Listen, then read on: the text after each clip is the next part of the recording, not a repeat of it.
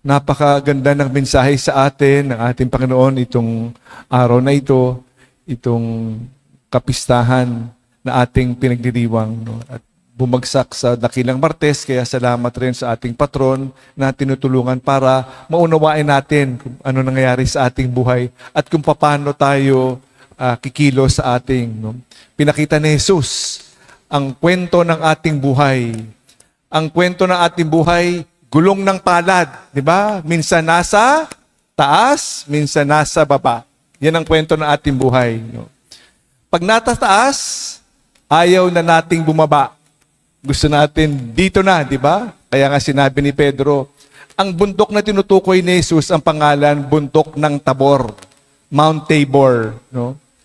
Sabi niya, dumito na tayo. Huwag na tayo, di ba? Gagawa ko ng 3 kubol. No? Sabi ni Jesus, isa sa iyo, isa kay Elias, isa kay Moises. Sabi ni Jesus, hindi kailangan nating bumaba. Hindi tayo pwede manatili sa taas No? Alam naman natin, pag nasa taas, no? Nakakalimot na tayo magdasal, kadalasan. No? Pag tayo nasa komportable na tayo, when we are in our comfort zone, we are so comfortable, humihina at humihina yung ating pagnanasa kay Jesus. Our desire, our hunger for Jesus is less pag nasa taas. At ganyan din naman, pag nasa baba, gusto natin, alis na tayo dito, hindi ba? Dadaan rin yan, lilipas rin yan. Kahit na gaano kababa, dadaan rin ang ating bundok ng Kalbaryo. So 2 bundok, bundok ng Kalbaryo, bundok ng Tabor. Kasama sa buhay yan Kasama ng ating buhay Hindi tayo mananatili panghabang buhay nasa Kalbaryo. For sure, lahat lilipas sa grasya ng Panginoon Diyos. Everything will pass. Itaga mo sa bato, magtiwala tayo. Ang krus na yan, malalampasan rin natin ng Panginoon. Hindi natin alam kung paano, pero nalalampasan. Preba, nandito pa tayo. Ang dami natin dinaanan na bagyo, hindi ba? Akala, ilang beses natin sinabi, wala na, katapusan na. Nandito pa tayo, nakakangiti pa, kahit na paano, buhay pa.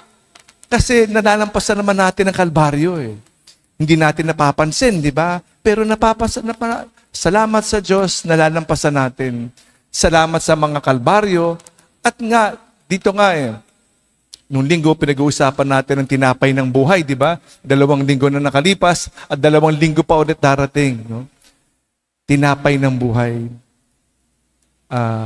Pinag-uusapan natin, di ba? Sabi natin nung linggo, what do we hunger for? Ano ba talaga ang ating hinahanap? What do we truly hunger for? Truly hunger for? Are we truly hungering for Jesus? Or are we truly hungering for material possession? Pera, popularity. What are we truly hungering for? Pero tignan natin, when do we hunger for Jesus? Pag nasa taas o nasa baba? Kailan natin nahanap si Jesus? Di ba?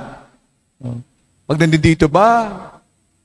Mamaya na magdadasal, Lord. Busy pa ako sa pagbibilang ng pera. Busy pa ako sa ating pinakakapag-abalahan, di ba? Pag nasa taas, we do not hunger for Jesus anymore many times. Kaya isipin natin, how important the ups and the downs of life is. Kasama sa buhay yan. It keeps us on our toes. It does not make us complacent. Parilak-rilak na lang. Kampante na. Sigurado na ako. Sigurado. No. We have to be on our toes all the time.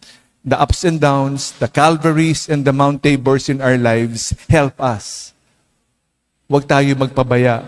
Salamat sa paalala, sa dakilang kapistahan ng pagbabagong anyo ni Jesus, ang pang-4 na misteryo ng tuwa. No? Sana wag natin makalimutan yung, di ba, the mysteries of light, rather. Di ba? Hindi ng the joyful mysteries, the mystery of light. Ang ika-4 na misteryo ay itong nga, yung pagbabagong anyo ni Jesus, the transfiguration. Then the sorrowful mystery, and then the glorious mystery. We thank God for the mysteries of our lives. It keeps us going. We know the value of the crosses, the value of suffering, the value of pain, and the gift of the glorious resurrection. Salamat sa Diyos.